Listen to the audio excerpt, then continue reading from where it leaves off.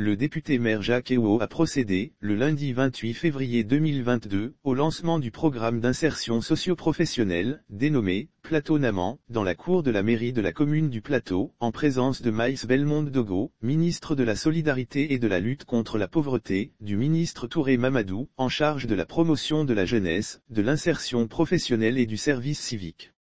Le maire du Plateau, Jacques Héault, poursuit son travail de transformation de sa commune et tient aussi à l'insertion socio-professionnelle de la jeunesse de la Cité des Affaires. C'est dans ce cadre qu'il a lancé, le lundi 28 février 2022, le programme d'insertion socio-professionnelle dénommé Plateau Naman. Ce projet concerne 100 jeunes, communément appelés « Joessesseurs de Naman », qui aident les automobilistes à garer leurs véhicules au plateau.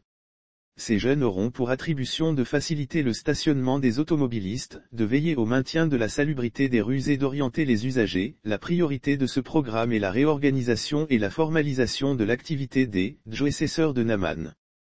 À partir de ce mardi 1er mars 2021, ces jeunes répartis en 4 zones géographiques sur le territoire communal et revêtus de couleurs spécifiques par secteur, auront pour attribution de faciliter le stationnement des automobilistes, de veiller au maintien de la salubrité des rues et d'orienter les usagers.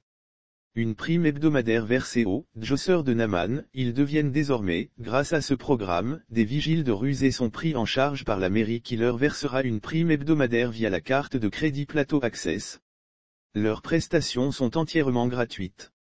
L'honorable Jacques Héault, député-maire de la commune du Plateau, a expliqué, lors de son allocution, que le programme Plateau Naman intervient à l'issue de 2 années de préparation qui ont permis de sélectionner 100 jeunes sur près de 200 qui exerçaient l'activité de Josseurs de Naman.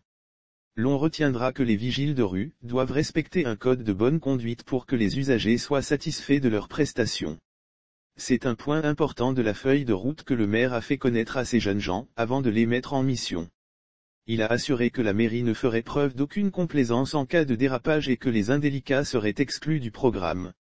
Lire aussi transformation digitale, Jacques Héault signe une convention avec une société française pour propulser le plateau dans une autre dimension, présent à cette cérémonie aux côtés de Madame Maïs Belmonde Dogo, ministre de la Solidarité et de la lutte contre la pauvreté, le ministre Touré Mamadou, en charge de la promotion de la jeunesse, de l'insertion professionnelle et du service civique, a félicité le maire du Plateau pour cette initiative qu'il a qualifiée de révolutionnaire et a souhaité que d'autres maires s'inspirent de cet exemple.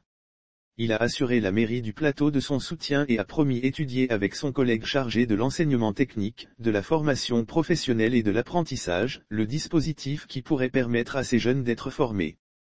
Les partenaires de la mairie ont encouragé l'initiative et promis à accompagner la municipalité dans ses différents projets. Les représentants de Visa et Orabank, les partenaires de la mairie du Plateau dans le cadre de ce projet, ont encouragé cette initiative et promis de continuer à accompagner la municipalité dans ses différents projets.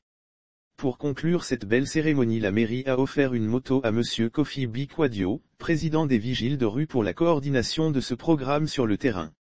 Chacun de ces jeunes a reçu un kit de travail contenant des polos, des t-shirts, des casquettes, des pantalons, des chasubles, des chaussures, un smartphone et une carte prépayée Plateau Access. Sauf autorisation de la rédaction ou partenariat préétabli, la reprise des articles de l'infodrome.com, même partielle, est strictement interdite. Tout contrevenant s'expose à des poursuites.